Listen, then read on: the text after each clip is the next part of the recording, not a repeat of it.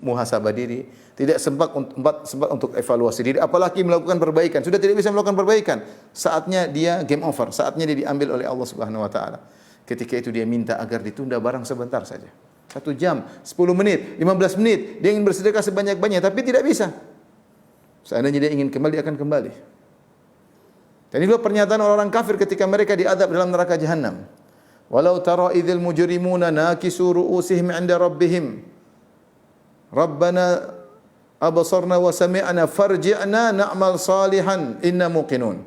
Kalau kau lihat bagaimana orang-orang para pendosa yang mereka menundukkan pandangan mereka di hadapan Allah, menundukkan kepala mereka malu di hadapan Allah Subhanahu wa taala, mereka mengatakan Rabbana abasarna wa sami'na.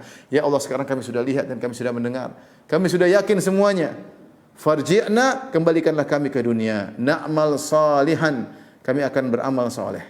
Inna muqinun, kami akan beriman dan kami akan yakin. Ingin kembali tapi percuma. Ingin kembali namun tidak bisa kembali lagi. Jadi mereka ingin kembali. Ya. Allah berfirman, "Wa hum yastarikhuna fiha Rabbana akhrijna minha fa in udna fa inna zalimun." Ya. Mereka berteriak dari neraka jahanam. Mereka mengatakan, "Ya Allah, keluarkanlah kami dari neraka jahanam. Kami akan melakukan amal soleh. Kami tidak akan mengulangi lagi. Kalau kami bermaksiat lagi, sungguh kami akan telah benar-benar berbuat zalim." Jadi mereka ingin kembali lagi dan akan beramal saleh dan berjanji tidak akan kembali lagi. Kata Allah, "Qala khsa'u fiha wa la tukallimun." Hinalah kalian dalam neraka dan jangan bicara dengan aku. Jadi intinya, orang mayat-mayat yang sudah tergeletak di dalam tanah, mereka ingin kembali ke dunia. Nah, kita sekarang masih di atas dunia. Kita masih bisa bermuhasabah jiwa, kita masih bisa beramal saleh, kita masih bisa baca Quran. Kita kalau mau hafal Quran masih bisa kalau kita mau. Kita masih bisa berbakti kepada orang tua. Kita masih bisa sayang kepada anak istri. Kita bisa mengajak mereka kepada kebaikan. Ya, kita masih bisa bersedekah. Mumpung kita masih hidup. Karenanya, sebelum kita menyesal seperti mereka, jangan kita lalai dan akhirnya lupa untuk beramal soleh. Di antara hal yang buat seorang akhirnya tidak semangat beramal soleh, dia kurang muhasabah, kurang introspeksi diri. Saya bacakan perkataan Ibnu Qayyim rahimahullahu taala. Beliau berkata, "Wa tarkul muhasabati wastirsal wa tashilul umuri wa tamshiyatuha fa inna hadha ya'ulu bihi ila halak. Fa inna hadha ya'ulu bihi ila al-halak. Wa hadhihi halu ahli al-ghurur." Sikap meninggalkan evaluasi jiwa dan terus-menerus cuek dengan evaluasi dalam kemaksiatan, menggampangkan masalah akhirat. Menggampangkan masalah akhirat. Dia lupa bahwasanya kehidupan dia terbatas. Fa inna hadza ya'ulu bihi ilal halak. Sikap ini meninggalkan evaluasi jiwa membuat seorang terjerumus dalam kebinasaan. Membuat seorang terjerumus dalam kebinasaan. Ini yang kita tidak ingin kita seperti ini. Jadi, ikhwan dan akhwat yang rahmatillah subhanahu wa ta'ala, muhasabah perlu ya, evaluasi diri. Karena kita semua tahu kita hidup sini cuma sementara. Kita akan bertemu dengan Allah Subhanahu wa taala. Makanya Allah berfirman, "Wa ma hadhil hayatud dunya illa lahu wa la'ib, wa inna ad-daral akhirata lahiyal hayawan law kanu ya'lamun." Kata Allah, tidaklah kehidupan dunia ini kecuali hanyalah permainan dan senda gurau. Dan sungguhnya kehidupan akhirat itulah kehidupan yang sejati. Sungguhnya kehidupan akhirat itulah kehidupan yang sejati. Kehidupan dunia adalah permainan senda gurau. Permainan segera berakhir, senda gurau segera selesai dengan keseriusan. Kata Allah, "I'lamu annamal hayatud dunya la'ibu wa lahu." Ketahuilah bahwasanya kehidupan dunia hanyalah permainan dan senda gurau. Wa takatsurun bainakum, ya. Wa takatsurun fil amwali wal aulad, wa tafakhurun bainakum wa takatsurun fil amwali wal aulad. Kehidupan dunia hanyalah perhiasan, zina, hanya bangga-banggaan, hanya banyak-banyakan, dan semuanya akan sirna. Ya, semuanya akan sirna. Makanya ketika Nabi sallallahu alaihi wasallam melihat para sahabat dalam kesulitan, mereka sedang menggali Khandaq di musim dingin, mereka kelaparan sementara musuh akan datang dengan jumlah 10.000 akan menyerang kota Madinah. Maka Nabi berkata, "Labbaik, Allahumma la aisha illa aishul akhirah, warhamil ansara wal muhajirah." Kata Nabi sallallahu alaihi wasallam, "Aku memenuhi panggilanmu ya Allah, labbaik, la aisha illa aishul akhirah." Tidak ada kehidupan yang sungguhnya kehidupan kecuali kehidupan akhirat. Sayangilah kaum Ansar dan kaum Muhajirin. Kenapa Rasulullah melihat kondisi yang sangat sulit ketika itu? Bayangkan para sahabat harus menggali khandak dengan lebar 4 meter, dengan dalam 4 meter, dengan panjang entah berapa kilo untuk menghalangi pasukan musuh untuk masuk kota Madinah. Sementara mereka kelaparan, sementara mereka kehausan. Tidak ada pembantu yang membantu mereka. Di musim dingin. Kata Nabi, kehidupan cuma sementara. Kehidupan sungguhnya kehidupan akhirat. Oleh karena datang dalam suatu riwayat, dalam hadis tentang kematian, itu mengingat akhirat. Ma dzukira fi katsirin illa qalla lahu. Tidaklah akhirat diingat, tidaklah kematian diingat dalam suatu yang harta yang banyak illa qalla lahu, kecuali akan menjadikan kita zuhud kepada harta tersebut. Wa ma dzukira fi qalilin illa katsarahu. Dan tidaklah akhirat diingat ketika dalam kondisi sulit kecuali akan menjadikan terasa besar, terasa banyak. Ketika para sahabat menghadapi kondisi yang sulit, kelaparan, kehausan, musim dingin, Rasulullah menyebutkan la aisha illa aishal akhirah. Tidak ada kehidupan yang sungguhnya kecuali kehidupan akhirat. Sehingga kesulitan yang dihadapi itu terasa ringan. Ini cuma sementara. Sebaliknya ketika kita melihat sesuatu yang menakjubkan dari urusan dunia, Nabi juga mengucapkan hal tersebut. La aisha illa aishal akhirah. Tidak ada kehidupan yang sungguhnya kecuali kehidupan akhirat. Kita jangan terpedaya. Mungkin lihat rumah kita indah, atau lihat rumah orang indah, melihat kendaraan orang lain lebih bagus dari punya kita. Ingat, tidak ada kehidupan yang sungguhnya kecuali kehidupan akhirat. Ini semua akan sirna. Ini semua akan sirna. Sehingga ketika kita melihat harta yang banyak, terasa jadi sedikit. Kita merasa zuhud terhadap harta tersebut. Jadi ini inti daripada kenapa kita harus muhasabah, karena kita harus persiapan. Persiapan menemui kehidupan yang sesungguhnya, yang kita semua tidak ada yang lari darinya. Qul innal mauta alladzi tafirruna minhu fa innahu mulaqikum. Katakanlah kematian yang kalian lari darinya, justru dia akan datang menemui kalian dari depan. Fa innahu mulaqikum, yaitu dia menemui kalian. Seorang lari dari kematian, kabur, tiba-tiba kematian menjemputnya dari depan.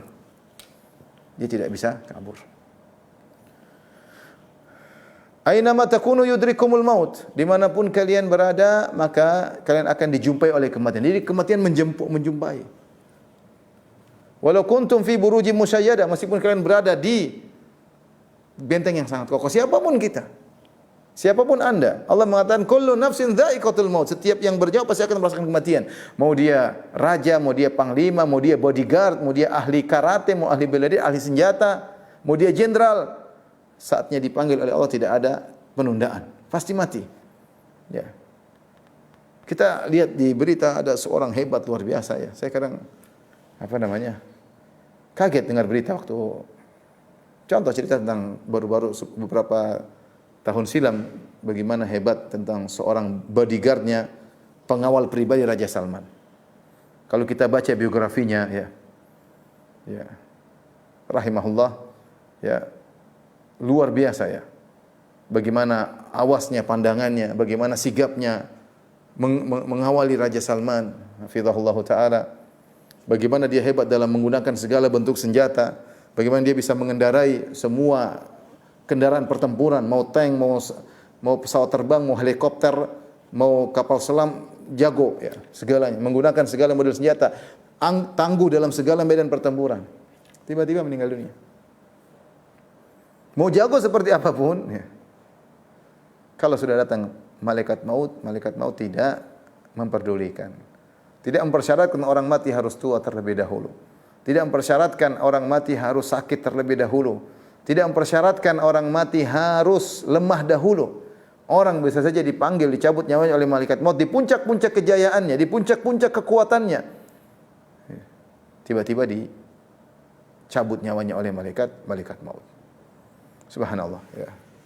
Ini pelajaran yang kita dapatkan sebenarnya. Siapapun orangnya, kelihatannya jauh, kelihatannya banyak kehebatannya, tiba-tiba dipanggil oleh Allah Subhanahu wa taala. Oleh karenanya ketika Nabi Daud alaihissalam akan meninggal dunia, tiba-tiba datang malaikat maut. Ya. Dia mengatakan, "Ana alladzi la ahabul muluk wa la yahtajibu anni ahad." Kata Nabi Daud, "Siapa engkau? Kenapa tiba-tiba masuk di rumahku?" Kata dia, "Aku adalah yang tidak pernah takut dengan raja manapun, dan tidak seorang pun yang bisa terhindar dariku." Kata Nabi Daud, "Sesungguhnya engkau adalah malaikat maut." Dan itu akan mendatangi kita semua. Kita tidak tahu kita didatangi oleh malaikat maut dalam kondisi apa. Sedang bertakwa kepada Allah kah? Sedang baca Al-Quran kah? Sedang sujud bersimpu di hadapan Rabbul Alamin? Sedang mata digunakan memandang ayat-ayat Allah? atau sebaliknya. Malaikat menjemput kita wali'adzubillah dalam kondisi mata kita sedang bermaksiat, sedang menonton hal yang diharamkan oleh Allah Subhanahu wa taala, dalam kondisi sedang berdurhaka kepada orang tua, dalam kondisi sedang membangkang kepada suami, dalam kondisi sedang melakukan perkara-perkara yang haram, ya. Dan malaikat tersebut akan datang. Seandainya kematian diberitahu terlebih dahulu, kita semua akan persiapan. Tapi kematian datang dengan tiba-tiba. Wa ma tadri nafsun madza taksibu ghadan. Wa ma tadri nafsun bi ayyi ardhin tamut. Tidak ada satu jiwa pun yang tahu kemana apa yang akan dia kerjakan besok. Dan tidak ada satu jiwa pun yang tahu di bumi mana dia akan meninggal. Tidak ada yang tahu. Kalau kita tahu, kita semua akan persiapan. Tapi kita enggak ada yang tahu. Oleh karenanya, karena kita tidak tahu kapan kematian tiba, apalagi di antara ciri-ciri hari kiamat, kasratu al-mautil mufaji'. Betapa banyak kematian datang tiba-tiba, itu tanda-tanda hari kiamat. Maka hendaknya kita senantiasa evaluasi diri. Siapapun diri kita. Saya sebagai ustaz evaluasi diri, apa yang sudah saya lakukan? Evaluasi amal kita, ikhlas atau tidak? Benar enggak orientasi kita ini akhirat tidak? Benarkah kita ahlus sunnah, kita cinta kepada Allah? Benarkah kita cinta kepada Nabi SAW? Sudah berapa banyak sunnah Nabi yang kita kerjakan? Sudahkah hak-hak orang terdekat kita sudah kita tunaikan? Ini namanya muhasabah. Sehingga kita bisa ngerem, karena kalau kita tidak muhasabah, tidak evaluasi, terus kebablasan.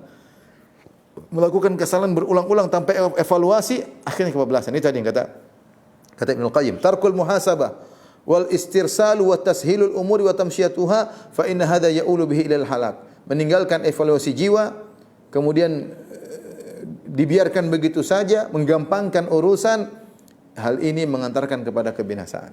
Hal ini mengantarkan kepada kebinasaan. Oleh karenanya disebutkan oleh Ibnu Qayyim rahimahullahu taala, ya, beliau berkata dalam kitabnya Ighatsatul Lahfan, maktubun fi hikmati ali Daud, telah tercatat dalam hikmah-hikmah ajaran-ajaran keluarga Daud. Haqqun 'alal aqil an la yaghfila an arba'i sa'at. Hendaknya orang berakal tidak melalaikan dari 4 waktu. Ada 4 waktu dia bagi kepada 4 waktu tersebut. Sa'atin yunaji fiha rabbahu. Ada waktu yang dia khususkan untuk bermunajat kepada Allah Subhanahu wa taala. Khusus dia beribadah kepada Allah, baca Quran, salat, berdoa, ya. Wa sa'atin yuhasibu fiha nafsahu. Harus ada waktu dia mengevaluasi jiwanya, evaluasi dalam amal perbuatannya, sudah benar enggak? Saya tadi sikap sama orang tua sudah benar atau tidak? Sikap saya kepada istri saya sudah benar atau tidak? Sikap saya kepada suami sudah benar atau tidak? Benar enggak tadi omongan saya? Benar enggak tulisan saya? Benar enggak komentar saya? Dia muhasabah. Ada waktu dia pikirkan hal tersebut. Wa sa'atin yakhlu fiha ma ikhwanihi alladhina yukhbirunahu bi uyubihi wa yasduqunahu an nafsihi. Dan ada waktu dia sama teman-temannya, teman-teman yang membantu dia untuk evaluasi, teman-teman yang tulus berteman dengannya, yang menyebut tentang kekurangan-kekurangannya, kamu begini, kemudian dia siap menerima kritikan tersebut karena dia tahu semua teman-temannya mencintainya dan kritikannya untuk membangun. Harus ada waktu dengan teman-teman. Kalau kita punya teman-teman seperti ini, yang perhatian terhadap diri kita, yang menyebutkan aib yang tidak bisa kita lihat, ya, apa yang blind spot kata orang, ya. Ada aib yang tidak bisa tidak sadari, ada teman yang bisa lihat, dia kabari kepada kita, kita bersyukur. Pegang teman-teman seperti ini, teman-teman yang baik. Kemudian wasa'atin yakhlu fiha baina nafsihi wa baina ladzatihi fi ma yahilu wa yuhmad. Dan ada waktu dia bersenang-senang, dia main-main dengan perkara-perkara yang halal. Ya, dengan istrinya, dengan anak-anaknya, ngobrol dengan teman-temannya, jalan-jalan, main olahraga, sepeda, main apa kek, lari pagi kek, kuliner kayak apa saja boleh. Dia bagi waktu 4. Pertama saya ulangi, ada waktu kita untuk bermunajat kepada Allah. Sudah, jangan sibuk dengan orang lain, kita sendiri. Baca Quran, salat malam, baca buku agama, dengar pengajian, catat sendiri. Enggak, seakan-akan kita berada di dunia sendiri, hanya kita dengan Allah Subhanahu wa taala. Ya, ini yang pertama. Yang kedua, ada waktu kita muhasabah. Ibnu Qayyim jelaskan hal ini. Ada waktu kita untuk muhasabah. Ini sangat penting. Harus ada sisi waktu. Ada waktu kita kumpul dengan teman-teman, yang teman-teman tersebut tulus menyebutkan kesalahan-kesalahan kita agar kita perbaiki. Dan ada waktu kita bersenang-senang dengan kelezatan-kelezatan yang dibolehkan. Intinya di antara 4 waktu tersebut, ada waktu kita untuk bermuhasabah. Ya ikhwani, ya akhwati. Kita setiap hari aja di waktu 3 menit. Nggak usah setiap hari. Artinya ada waktu kita berhenti, kita mikirin. Apa yang sudah saya lakukan? Sudah benar atau tidak? Sehingga kita tidak istirsal, tidak lepas kontrol. Evaluasi untuk memperbaiki diri. Kita tahu perkara dunia pun kalau nggak dievaluasi bahaya, perlu evaluasi. Ada yang kurang, dilihat, kelihatan kurang tersebut, diperbaiki dan dibaguskan sehingga hasilnya lebih baik. Kalau perkara dunia saja kita ada evaluasi, apalagi urusan kita dengan Allah Subhanahu wa taala. Bagaimana akhirat kita yang kita akan tinggal di akhirat, rumah kita di akhirat tersebut selama-lamanya.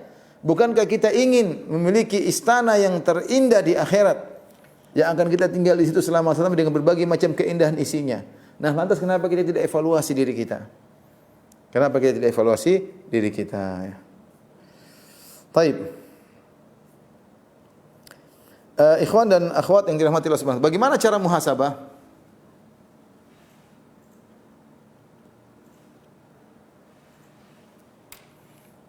Cara muhasabah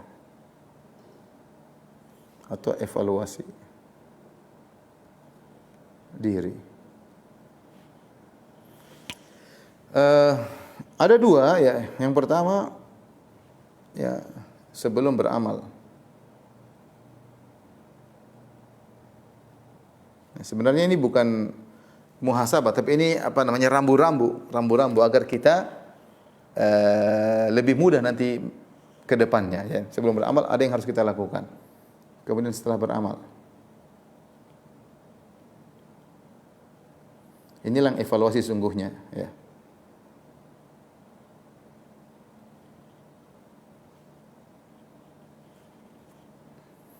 Tapi kita juga harus waspada ya ketika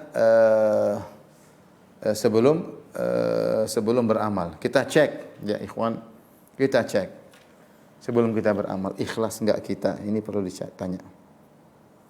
Ikhlas enggak? Ikhlas atau tidak? Apa sebenarnya tujuan kita? Sebelum kita jauh ya. Tenggelam. Misal ada orang mengajak kita, ayo Pak kita butuh dana, kita butuh untuk bangun masjid. Ayo Pak kita bikin proyek investasi akhirat, kemudian kita keluarkan duit. Sebelum kita mengeluarkan duit, saya ini buat apa sebenarnya? Coba cek, saya ikhlas enggak atau saya ingin ketenaran enggak, saya ingin diakui atau enggak enak sama teman ini. Cek dulu sebelum kita ngeluarin duit. Kita cek dulu agar kita tidak menyesal kemudian hari. Ikhlas atau tidak. Banyak orang lalai, dia melakukan begitu saja spontanitas tanpa direnungkan terlebih dahulu. Makanya ketika dikatakan kepada seorang salaf, "Ala tahdurul janazah?" Tidakkah engkau menghadiri melayat janazah? Kata dia, "Makanakum," sebentar dulu. "Hatta uhdhiran niyyah," sampai saya hadirkan niatku. Sampai saya hadirkan niatku. Artinya dia ngeklik dulu, bismillah karena Allah, maju. Setelah dia mengatakan, "Ayo kita jalan." Ayo kita jalan. Ada orang ngajak kita misalnya, ayo Pak kita bikin inilah pengajian ke panitia. Tunggu dulu, niatmu apa ini? Coba tanya dulu, niatmu apa ini? Duniawi atau ukhrawi? Tanya pada diri kita. Niatmu apa ini? Kalau tulus, maju. Kalau enggak, berhenti. Ya. Kemudian yang kedua, tanya pada diri.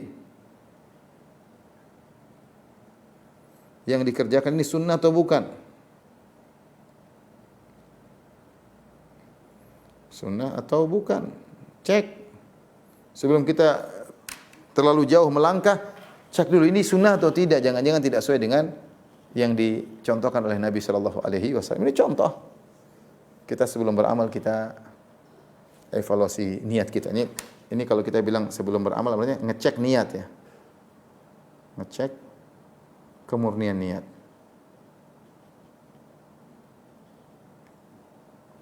Dan ini ikhwan penting bukan hanya berlaku pada amal-amal yang agamis, bahkan amal-amal duniawi. Karena amal-amal duniawi yang kelihatannya duniawi kalau kita kerjakan karena Allah maka dapat pahala. Contoh kita ngundang makan keluarga, niatnya apa nih? Supaya disanjung-sanjung oleh keluarga atau kita ingin menyambung silaturahmi. Kita tanya ya. Ini penting bagi kita sehingga pahala terus mengalir bagi kita. Jadi kita perlu cek kemurnian niat kita. Bahkan pengecekan ini perlu kita lakukan di tengah-tengah kita beramal.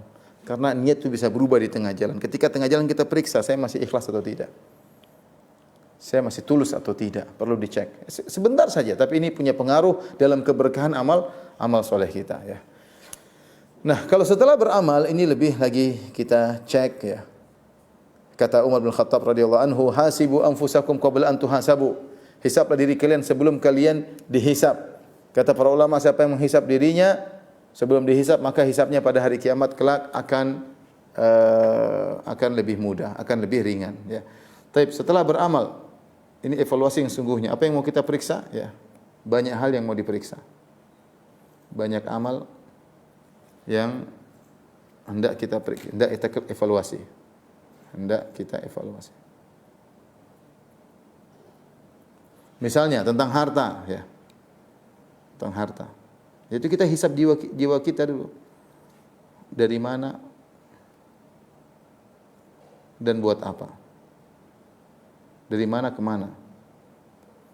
Ya, kata Nabi SAW, lan yatazula qadama abdin hatta yus'ala an arba, bahwasanya dua kaki seorang hamba tidak akan bergeser sampai ditanyakan tentang dua perkara, tentang 4 perkara, di antaranya tentang hartanya. Min aina iktasabu fima anfaqah, dari mana dia dapatkan harta tersebut, kemana dia habiskan, buat apa?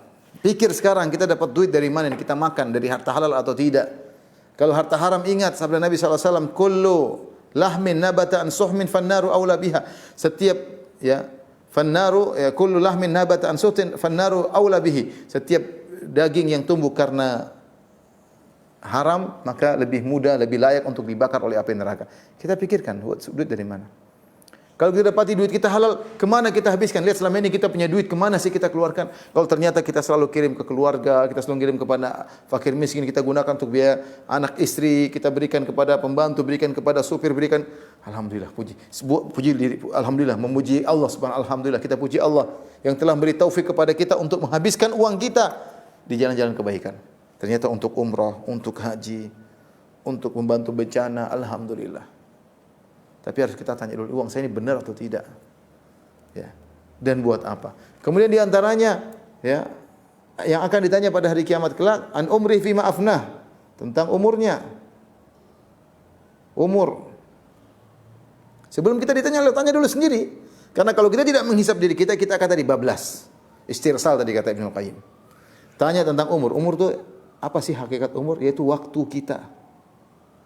Waktu kita, itulah umur. Waktu kita, itulah umur kita. Karena umur kita terdiri atas tahun, tahun terdiri atas bulan, bulan terdiri atas hari, hari terdiri atas jam-jam. Dan setiap jam terdiri atas setiap menit. Setiap menit atas detik-detik. Detik-detik kita lalui, inilah umur kita. Mau dibuang kemana umur kita? An umri fima afnah. Kemana kita habiskan waktu kita? Tanya sekarang. Berapa waktu kita? 24 jam jelas. Sehari 24 jam. Tidur 8 jam. Tinggal berapa? Tinggal, ya, 16 jam, ya. 8 jam sudah berkurang. Tinggal 16 jam. 16 jam buat apa? Tanya. Waktu saya untuk kerja, oke. Waktu untuk baca Quran ada enggak? Zikir pagi petang, untuk berbagi sama orang tua, untuk melihat ceramah-ceramah agama, untuk mencatat, mengevaluasi catatan saya. Tanyakan pada diri kita, waktu kita sudah kita gunakan buat apa? Dibandingkan waktu kita untuk melihat medsos, untuk komentar yang tidak perlu, untuk ngobrol ngarol ngidul. Mau kita seperti ini seterusnya? Kata Ali bin Abi Thalib, al-yauma, ya, kata Ali bin Abi Thalib, inna dunya qad irtahalat mudbirah wa innal akhirata qad irtahalat mudbirah. Sungguhnya dunia semakin pergi dari kita. Dan sungguhnya akhirat semakin mendekat kepada kita, kita semakin menuju pada titik kematian. Tidak bisa kita hindari. Inna dunia semakin kabur. Kita mau mengejar dunia, dunia semakin kabur meninggalkan kita sampai kita akhirnya meninggal dunia. Kita semakin lari daripada akhirat, akhirat semakin mendekati kita. Wa innal akhirata qad irtahalat muqbilah. Akhirat semakin dekat. Wa likulli wahidin minhuma banun. Setiap dunia dan akhirat ada pengikut-pengikutnya, ada pengekor-pengekornya. Faqulu min abna'il akhirah. Jadilah kalian pengekor akhirat. Wala takunu min abna'id dunya. Jangan kalian menjadi pengekor dunia. Al-yauma, perhatikan kata Ali bin Abi Thalib, al-yauma amalun bila hisab. Hari ini yang ada amal, tidak ada hisab. Godan hisabun bila amal. Besok yang ada cuma hisab, tidak ada amal. Sekarang kita masih bisa beramal. Nah, beramal itu butuh waktu. Enggak mungkin kita beramal tidak pakai waktu. Waktu tempat bergulir segala kegiatan kita. Nah, kalau kita beramal enggak punya waktu, enggak bisa beramal. Enggak punya waktu mau baca buku, waktu sudah ngantuk tidur, enggak ada waktu untuk baca buku. Baca Quran, enggak ada waktu baca Quran. Kenapa? Waktu kita buang sudah habis. Nah, orang beriman harus pelit dengan waktunya. Saya katakan ciri orang beriman, saya ulang-ulang dalam pengajian saya. Ciri orang beriman pelit dengan waktunya. Jangan dia buang waktunya sembarangan karena waktu adalah umurnya. Waktu adalah untuk investasi akhiratnya. Nah, kita lihat sekarang apa yang sudah kita lakukan waktu kita. Umur kita kemanakan? Berbahagialah Anda yang umur Anda gunakan untuk baca Quran, untuk berbakti kepada orang tua, untuk ngurusi anak-anak, untuk ngurusi istri, untuk ngurusi tetangga yang kesusahan, untuk memikirkan orang yang terkena bencana alam. Berbahagialah Anda. Untuk bangun malam, lalu rasa kantuk Anda salat malam. Waktu untuk murojaah, mengulang-ulangi hafalan Quran. Bahagialah Anda. Waktu Anda gunakan untuk mendengar ceramah-ceramah agama, untuk siraman rohani. Berbahagialah Anda. Tapi celakalah Anda. Yang waktunya Anda buang, umur Anda buang. Untuk menonton yang tidak-tidak. Melihat berita yang tidak ada manfaatnya. Dibuka catatan amal, isinya serial-serial yang tidak benar. Serial drama inilah, serial film inilah. Ya. Serial film box office lah, serial film Hollywood, Bollywood dan macam-macamnya. Serial rentetan pertandingan bola yang tidak ada ujungnya terus dan menerus. Umur habis untuk melihat yang kurang bermanfaat. Masing-masing silakan. Umur kita ya kita gunakan untuk yang bermanfaat. Kita akan ditanya oleh Allah Subhanahu wa taala. Sebelum kita ditanya oleh Allah, kita hisab diri kita, evaluasi. Saya umur saya ini buat apa? Hari-hari saya lewati masa begini terus. 1 jam saya gunakan untuk lihat medsos berlebih-lebihan. Bukan tidak boleh lihat medsos, silakan, tapi jangan berlebih-lebihan buang-buang umur ya. Di antaranya tentang umur ya yang kita miliki. Kemudian ya, di antara juga kata Nabi sallallahu alaihi wasallam di bawah umur khusus masa muda. Kata Nabi sallallahu alaihi wasallam an syababihi fima ablah, tentang masa muda. Kemana dihabiskan? Sudah lewat. Yang masih muda, mumpung jangan buang-buang masa muda. Ya. Sungguhnya di antara orang yang akan dinaungi oleh Allah pada hari kiamat kelak adalah rajulun syabun nasya'a fi ibadatillah. Anak muda yang tumbuh dalam ketaatan. Kita yang sudah tua, sudah terlanjur masa muda kita habiskan buat apa? Allah yang tahu. Tinggal kita pertanggungjawaban. Sudah tidak bisa diperbaiki lagi. Masa muda sudah lewat, tidak bisa diperbaiki. Anda yang masih muda masih bisa perbaiki. Saya masih muda kok, saya masih bisa bertekad, saya masih bisa berjuang beramal saleh. Yang sudah tua selesai, tinggal tanggung jawab. Yang terakhir yang tidak kalah penting, an amalihi ya. An ilmihi fi ma amala an ilmihi fa fi ma amila bihi, tentang ilmunya.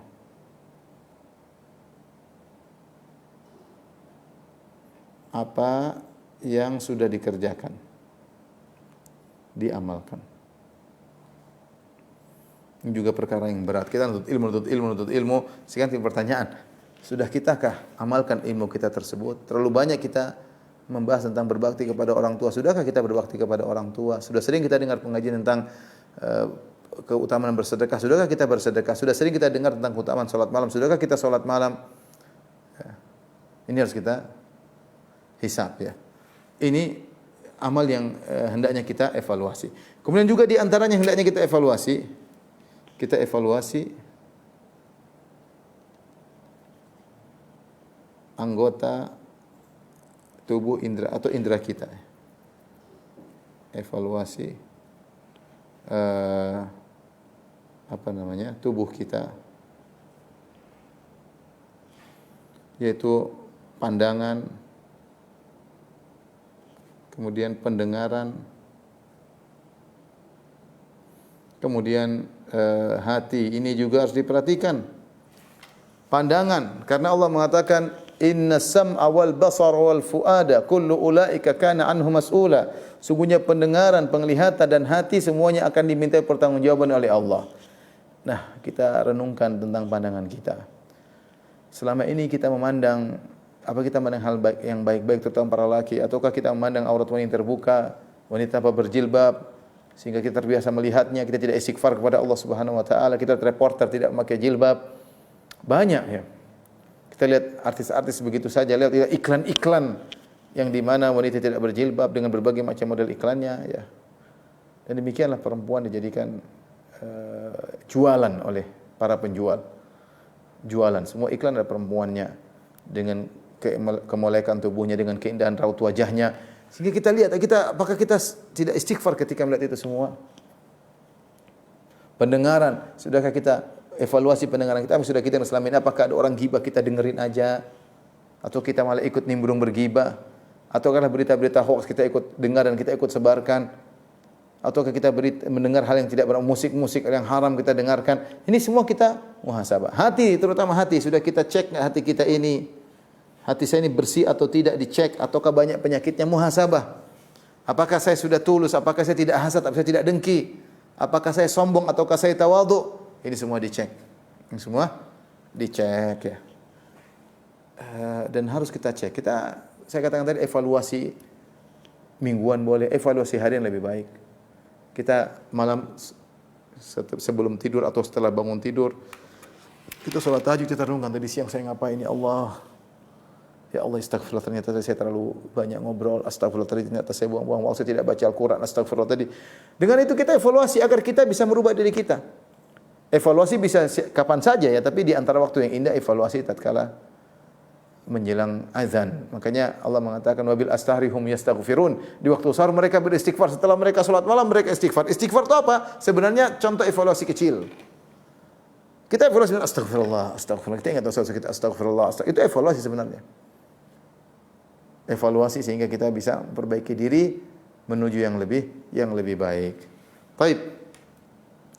Ikhwan dan akhwat yang dirahmati Allah Subhanahu wa taala,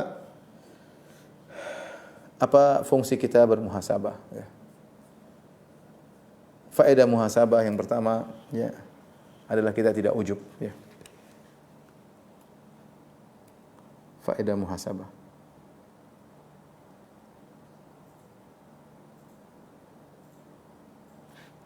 Tidak ujub. Pertama, tidak ujub. Karena kita pasti mendapati dosa-dosa kita. Kalau kita muhasabah, kita pasti mendapati banyak dosa kita. Kalau kita tahu kita banyak kekurangan, dosa atau kekurangan kita, kita tidak akan ujub. Apa yang mau diujubkan? Kita sini banyak kekurangan, kita sini banyak dosa, kita belum bisa menjaga pandangan. Kita hanya bisa menyampaikan teori, tapi prakteknya nggak bisa. Kita belum bisa ngurus istri, belum bisa ngurus anak, banyak kekurangan kita. Sehingga kita jauh dari namanya ujub. Ya. Ketika kita bermuhasabah, kita akan tersibukkan dengan aib-aib kita. Ya. Ini diantaranya tidak ujub. Yang kedua, sibuk dengan aib pribadi, lupa dengan aib-aib orang. Aib orang lain, ini penting. Jangan sampai kita kebalikannya, sibuk dengan aib orang, lupa dengan aib pribadi. Kata pepatah Indonesia, gajah di pelupuk mata tidak kelihatan, semut di ujung dunia kelihatan. Semut yang kecil di pinggir pantai kelihatan, gajah di pelupuk mata tidak kelihatan. Ini pepatah yang indah dari orang-orang Indonesia. Ya, bahwasanya sibuk. Kenapa kita sibuk ngurusin orang lain, sibuk mencari kesalahan? Karena kita kurang bermuhasabah jiwa. Kalau kita sering muhasabah, kita akan konsen dengan dosa-dosa kita. Tapi tadi malah kita malas muhasabah. Jalan melakukan ini, ketawa sini, lupa untuk ngecek saya. Ya Allah tadi saya begini, ya Allah tadi saya sama orang tua kurang pas, ya Allah tadi saya sikap sama teman kayaknya saya menghina, kayaknya tadi saya bercanda berlebihan. Kita introspeksi diri, sehingga kita tahu kesalahan kita banyak. Selain kita tidak ujub, yang kedua kita tidak sibuk dengan aib-aib orang lain. Kita hidup di zaman sekarang ledakan informasi aib orang terlalu banyak di media sosial. Sibuk kita ngeliat ini, ngeliat cerita. Kita lupa dengan kesalahan-kesalahan sendiri. Padahal kesalahan kita sangat banyak. Di antaranya dengan kita banyak muhasabah, lebih sering bertobat dan beristighfar.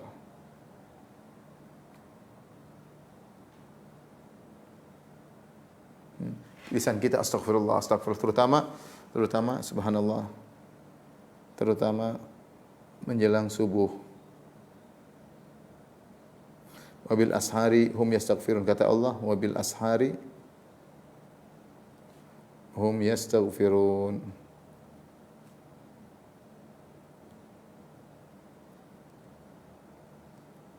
Di waktu sahur mereka beristighfar. Di waktu sahur mereka beristighfar.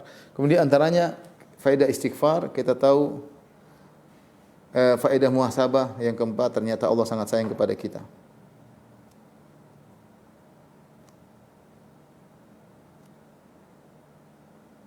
Kenapa? Terlalu banyak dosa-dosa kita, tapi Allah tetap beri kita kesempatan untuk bertobat. Terlalu banyak. Allah tidak bongkar aib kita. Sebenarnya kita periksa, oh ternyata saya ini, ternyata niat saya keluar, ternyata saya melakukan dosa, ternyata Allah sangat sayang kepada kita. Allah sangat sayang kepada kita. Kenapa Allah tidak bongkar aib kita?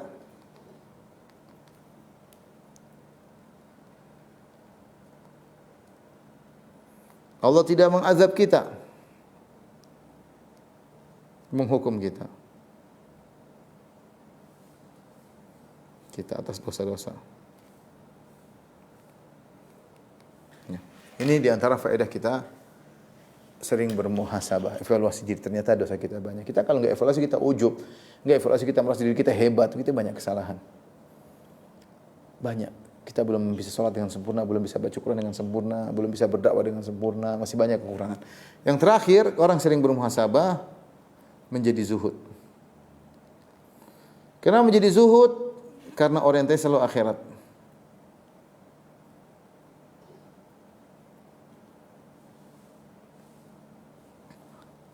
Yang dia pikirkan selalu akhirat, bagaimana saya bisa dengan amal ini meraih akhirat. Dia duduk evaluasi supaya akhir saya lebih baik. Karena Allah mengatakan wal tanzur nafsum ma qaddamat lighad. Hendaknya setiap jiwa mengevaluasi apa yang telah dia lakukan untuk akhiratnya. Untuk akhiratnya. Orang yang sering evaluasi diri, menghasab diri akan selalu ingat akhirat. Ya Allah, bagaimana akhirat saya? Ya Allah, bagaimana saya di alam barzakh? Ya Allah, kenapa saya masih malas? Bukankah kalau saya rajin, saya yang pertama kali menikmati hasil dari rajin saya beramal soleh. Saya nikmati ketika nyawa saya dicabut, ketika saya masuk alam barzakh, saya langsung menikmati hasil amal soleh yang saya lakukan ini. Ya. Kemudian akhirnya tidak terlalu terpedaya dengan kemolekan dunia, ya. Karena dia tahu ini cuma sementara. Dia akan segera dipanggil oleh Allah Subhanahu wa taala. Ini mungkin ikhwan dan akhwat yang rahmatillah Subhanahu wa taala, sedikit yang saya sampaikan sebagai nasihat buat saya pribadi yang kadang kita terlalu sibuk sehingga kita lupa untuk muhasabah jiwa. Kita merasa amal kita sudah hebat, kita merasa amal kita pasti diterima, padahal belum tentu. Kita merasa kita ikhlas selama ini, padahal belum tentu ikhlas. Kita merasa kita sudah bersedekah dengan baik-baik, padahal kita masih pelit. Kita merasa sudah sholat malam, ternyata kita masih malas, ya. Kita merasa sudah senantiasa husnudzan, ternyata kita masih sering suudzon. Kita merasa diri kita tawadhu, ternyata kita masih sering merendahkan orang lain. Dah, kalau kita tidak muhasabah jiwa, bagaimana kita bisa mengontrol jiwa kita? Bagaimana kita bisa mengenali kekurangan-kekurangan kita? Wallahu ta'ala alam bisawab. Ini sedikit yang saya sampaikan. Kalau ada yang bertanya, saya persilahkan. Sudah ada beberapa pertanyaan masuk.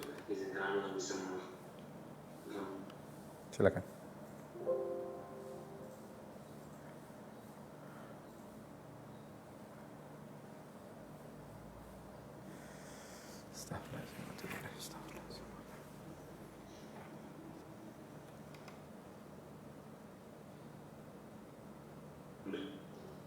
Karena untuk dekat, kami sangat takut karena sikapnya semena-mena. Ulang Mas Dery, tadi agak terputus. Coba diulang dari awal.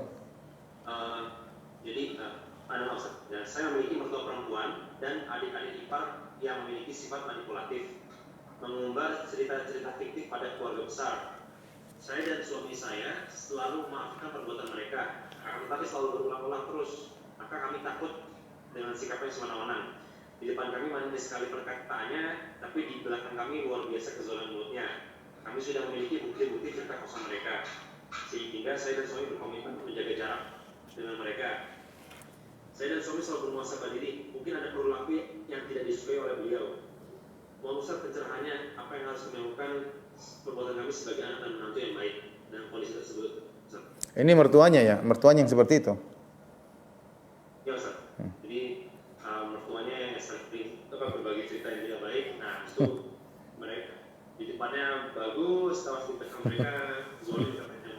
Ya apa yang mesti dilakukan sebagai seorang anak bisa katakan Ujian kehidupan ya, ujian kehidupan. Tidak ada salahnya duduk baik-baik sama mertua. Karena kalau seorang pun tidak, sebagaimana apa tujuan kita muhasabah? Tujuan kita untuk mengontrol diri kita agar tidak kebablasan. Nah, ketika orang tua dalam tanda kutip mertua liar dalam menceritakan berita-berita yang tidak benar, maka hendaknya kita mengontrol dia dengan kita duduk, kita bilang, "Mak, mohon maaf Mak, kok ada kabar seperti ini, benar atau tidak?" Jangan kita tuduh. Bilang aja, "Benar atau tidak, Mak? Saya kok kaget dengar Mak, kan selama ini saya tidak begitu, Mak. Ini ada kabar." Kalau mungkin dia bilang, "Saya tidak ngomong begitu," tidak apa-apa. Yang penting telah sampai pesan kita, message kita kepada dia bahwasanya apa yang kau ceritakan di luar sampai kepada kita.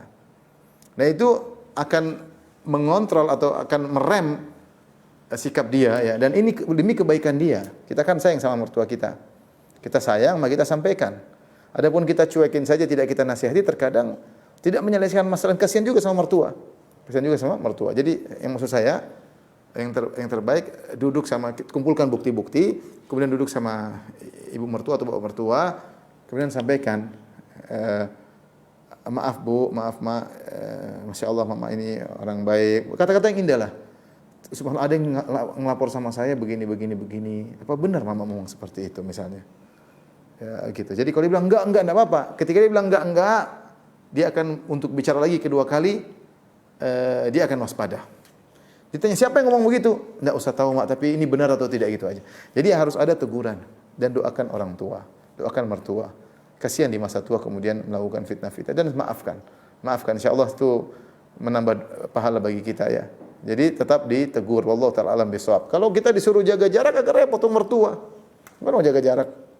Mertua ibunya istri atau bapaknya istri? Repot, atau bapaknya suami, ibunya suami. Ya, lebih baik kita sampaikan agar bisa direm. Allah taala alam bisawab. Baik Ustaz, yang selanjutnya, Ustaz, bagaimana bila usia kita sekarang sudah menjelang 50 tahun dan bertaubat ketika usia 40 tahun? Apakah bisa ditebus dosa-dosa kita sebelum kita mengaji dengan istighfar dan beserta sedekah, atau dengan ibadah? Apakah dosa-dosa masa lalu kita yang sangat kelam ini bisa Anda tebus dan terbebas dari murka Allah? Ya, Allah Maha Pengampun, dosa sebesar apapun tidak ada yang besar bagi Allah jika seorang bertobat. Ya. Tidak ada yang besar bagi Allah. Karena sifat Allah di antara nama Allah Al-Ghaffar, Al-Ghafur, kemudian Al-Ghafir, yaitu Allah Maha mengampuni dosa sebesar apapun, sejahat apapun. Dan Allah Maha mengampuni dosa sebanyak apapun. Dan Allah Maha mengampuni dosa semodel apapun. Mau dosanya sangat besar, mau dosanya variasi dosanya sangat banyak, dosanya satu berulang-ulang, semuanya Allah Maha Pengampun. Yang penting kita tobatnya tobat nasuha. Dan innallaha yaqbalu taubatal abdi malam yughargir. Allah menerima taubat seorang hamba selama nyawanya milik kerongkongan. 1 jam sebelum dia meninggal dia bertobat, Allah terima. Apalagi sudah bertobat 10 tahun yang lalu. Tinggal kita selalu perbarui tobat kita. Kalau kita kapan terjerumus segera bertobat lagi, ya. Berusaha memperbaiki masa lalu kita. Kita ingat sudah banyak umur sudah kita buang untuk maksiat. Sekarang saatnya kita perbaiki. Makanya dalam sebagian hadis yang maknanya fa in ahsanta fima baqi, ya, yughfar lahu ma qad mado. Yughfar lahu ma qad mado. Kalau kau berbuat baik di sisa umur hidupmu, maka masa lalumu akan diampuni oleh Allah. Wa in asa'ta fima baqi. Kalau kau menghabiskan sisa umurmu pada keburukan, maka kau akan dihukum masa sekarang dan masa lalumu akan dihukum gara-gara dosa-dosa masa lalumu. Jadi yang umur kita di penghujung ini kita gunakan untuk bertakwa kepada Allah, dekat kepada Allah, kurangi hal yang tidak bermanfaat, kurangi kesibukan dengan manusia.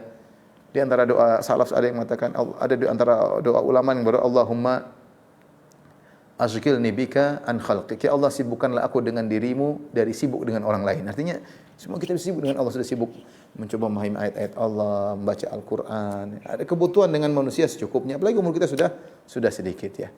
Ya, sudah sedikit. Jadi insyaallah taubat husnudzan diterima oleh Allah dengan syarat kita taubatnya taubat nasuha. Wallahu ta'ala alam bisawab. Ustaz, terkadang kita saat ingin dalam keseharian kita sering sekali melihat atau kita melihat saya ternyata banyak melakukan dosa-dosa ini dan saya sering melakukan itu di saat sebelum tidur, Ustaz. Apakah sebelum tidur ketika saya istighfar kemudian tersebut itu adalah hal yang baik untuk dilakukan atau tidak, Ustaz? Ya, itu hal baik. Kita istighfar kapan saja. Kapan saja. Yang paling bagus kapan saja istighfar, tapi paling bagus adalah di waktu sahur. Itu yang paling bagus. Yang paling bagus kita bangun, Kita sholat malam kemudian istighfar. Kita istighfar muhasabah karena istighfar itu muhasabah sebenarnya. Ya Allah, kenapa saya ini? Ya Allah, saya masih banyak. Ya Allah, saya masih melihat yang haram. Ya Allah, kita gitu. Ya Allah, saya masih mendengar gibah. Ya Allah, saya masih buang-buang waktu. Ya Allah, saya masih kurang berbuat sama orang. Saya masih pelit sama kakak dan istri. Kenapa saya jadi perhitungan sama anak-anak? Kenapa perhitungan sama istri? Kita istighfar setelah sholat malam itu yang terbaik. Wallahu ta'ala alam bisa. Tapi boleh seorang sebelum tidur beristighfar. Silakan, tidak ada masalah. Ustaz, yang selanjutnya izin bertanya, apakah ada doa khusus agar kita bisa istiqomah dalam bermuhasabah diri? Saya tidak tahu doa-doa khusus ya. Tapi dengan sering kita beristighfar itu sebenarnya bentuk dari muhasabah. Sampai istighfar bukan istighfar kosong. Istighfar dengan mengingat dosa-dosa yang kita lakukan. Nah, kita bisa istighfar yang astagfirullah kita secara global. Ya Allah, dosa saya banyak. Tapi ketika kita beristighfar sambil mengingat dosa-dosa kita, itu sebenarnya adalah bentuk muhasabah ya. Itu bentuk muhasabah. Doa khusus saya tidak tahu. Kita praktekkan diri kita, renungkan. Kita sudah selesai dari suatu kegiatan, renungkan sudah benar. Tadi pagi kita ketemu siapa, apa yang kita omongkan, ya Allah tadi kenapa saya ngomong begitu. Itu namanya muhasabah. Jadi tidak ada waktu tertentu, tetapi kapan kita bisa muhasabah, kita muhasabah. Wallahu ta'ala alam bisawab. Ustaz, apakah diperkenankan atau diperbolehkan ketika kita seperti bercerita sama Allah dalam kondisi misal sedang duduk, kemudian kita bilang, ya Allah, saya tadi begini, tapi dalam hati Ustaz, atau berbicara, apakah itu diperbolehkan Ustaz? Boleh berbicara, enggak ada masalah. Enggak usah dalam hati berbicara. Meskipun Allah tahu isi hati kita, tapi Allah suka seorang mengungkapkan. Oleh karena para anbiya mereka beristighfar sambil diucapkan. Jadi bagaimana juga tentang nabi-nabi ketika berdoa mereka juga mengungkapkan. Jadi tidak jadi masalah. Kita bukan berkeluh kesah, artinya kita sampaikan kepada Allah kekurangan-kekurangan kita dengan mengharap ampunan dari Allah Subhanahu wa taala. Tidak jadi masalah. Wallahu ta'ala alam bisawab. Ustaz, mungkin ini satu pertanyaan lagi, tapi mungkin agak sedikit tidak terkait. sesuai dengan materi. Iya. Izin bertanya Ustaz, apabila kami diundang makan ke rumah orang yang kami tahu dia bekerja di kantor ribawi, apakah kita boleh menghadiri atau bagaimana begitu? Dalam hal ini ada khilaf. Ada yang mengatakan tidak boleh, ada yang mengatakan boleh secara mutlak. Ini pendapat cukup kuat karena urusan dia yang haram urusan dia dengan Allah Subhanahu wa taala. Dan dalilnya Nabi SAW ketika mendapat hadiah dari orang Yahudi, Nabi terima dan Nabi tidak memperinci. Dan kita orang Yahudi suka makan riba. Dan pendapat ketiga, ini pendapat Ibn Rajab Al-Hambali, pendapat lebih hati-hati atau lebih tengah ya, bahwasanya kalau kita tahu ada penghasilannya selain riba, maka tidak jadi masalah. Tapi kalau tidak ada penghasilan kecuali riba, hendaknya kita tidak menerima atau tidak makan dari hasil pekerjaannya. Tapi saya kata ini ada khilafiyah, masalah khilaf. Meskipun saya lebih condong akan bolehnya ya. Tetapi lebih hati-hati pendapat yang dipilih oleh Ibnu Rajab Al-Hambali bahwasanya jika dia masih punya pemasukan yang entah dia kerja di instansi riba tapi dia punya toko, dia masih jualan online, maka ini tidak jadi masalah. Ya, tidak jadi masalah. Tapi kalau kita tahu dia enggak punya kegiatan kecuali merampok, dia tidak punya kegiatan kecuali main judi, dia tidak punya penghasilan kecuali rentenir, ya sudah sebaiknya kita tinggalkan meskipun saya tidak memastikan itu haram, tapi sebaiknya kita tinggalkan. Wallahu ta'ala alam bisawab. Demikian hadirin hadirat yang rahmatillah subhanahu wa ta'ala, apa yang saya sampaikan kurang lebih saya mohon maaf. Wabillahi taufiq wal hidayah. Assalamualaikum warahmatullahi wabarakatuh.